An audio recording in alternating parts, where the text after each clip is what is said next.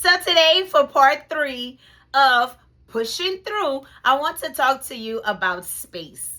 Now, when I'm talking about space, I'm talking about giving yourself space when you're trying to push through situations that are not the easiest for you at that moment. Now, there's a difference between giving yourself space and isolating yourself from people. Totally different thing. When I think about just needing some space, for me, I know I live by myself, so I always got space. But, and sometimes I need the space of getting out of my own house, out of my own element, right? And that might look like just taking a ride, going visit somebody else, or even just going pamper myself, getting me a massage, getting pedicures or manicures, whatever. Whatever that space looks like for you, you have to take it. But don't allow the devil to put you in a place of isolation.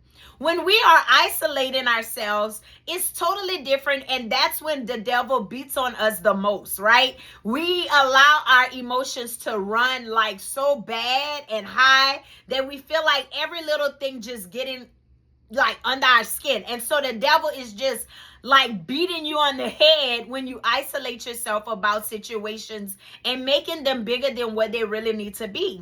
When I think about just even us recognizing when we're pushing through and recognizing like, when do I actually need to give myself space? I think of people that may be, single parents, bring them kids to your grandparents. Where them godparents at? Them godparents stepped up. They're supposed to step up and help you out. You got to be careful who you letting your children godparents be. Let them step up and help you get the space that you might need. If you're married, sometimes you need space from your husband. I'm not saying sleep away, but take a day to just kind of go recharge for yourself and just eliminate all of the distractions that life can bring. I know for me, like living by myself, sometimes for me, my space looks different, right? My space, for example, might be going visit a friend out of town. Because if I stay in the house and if I'm in a bad headspace, it's worse for me because I'm by myself and it's like my mind just go all over the place. It's like the Bible say, an idle mind is the devil's workplace, right? Workshop, workplace, however the Bible say, it ain't a good place. And so the devil will attack you and cause your mind to just be worse than normal when you're not in a good headspace. So we have to be careful for that. We have to also recognize when we're in those places of pushing through life. We can't be like in denial that, I'm having a rough time right now. Be honest with yourself and recognize that you may need some space.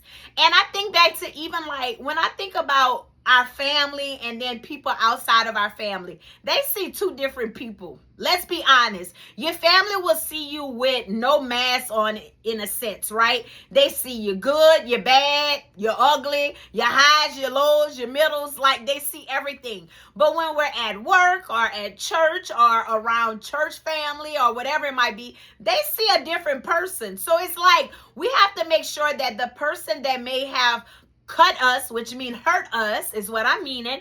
Cut us, that we're not bleeding on our family. Because I feel like our family gets the brunt of it. Like we kick back at them so much easier than we do maybe say like a church member or a friend or maybe a coworker or whatever. I just think like for myself, it's like if I know I'm in a bad headspace, I have to be careful who I'm around, who I talk to, and where am I going to get the space that I need? Can I go somewhere where I'm not even having to talk about this stuff, right? If that I can just, in a sense, just check out of the situation that I'm dealing with. So we have to make ourselves aware of ourselves. We have to learn ourselves and understand, you know what, maybe I need a timeout right now to give myself some space to just get away from everything and take a step back. And it's okay. It's not saying you're in denial. It's not saying that, you don't want to deal with it, but sometimes space will bring clarity. Okay? So try it sometimes. So my question to you today would be, when was the last time you took the proper space that you need to bring clarity to your mind? That's your food for thought. Because if it's been too long, maybe it's time. Amen? Amen. So today, I leave you with this. Luke chapter 5 and verse 16. And it says, And he withdrew himself into the wilderness and prayed. So before I go, I just want to remind you, if you haven't already, check out my website at www.talkswithshay.org. You can subscribe to my videos on YouTube and find me on Facebook. Like my page, share my page, invite your friends to like my page. And until next time with Talks with Shay, Shay is out. Y'all stay blessed.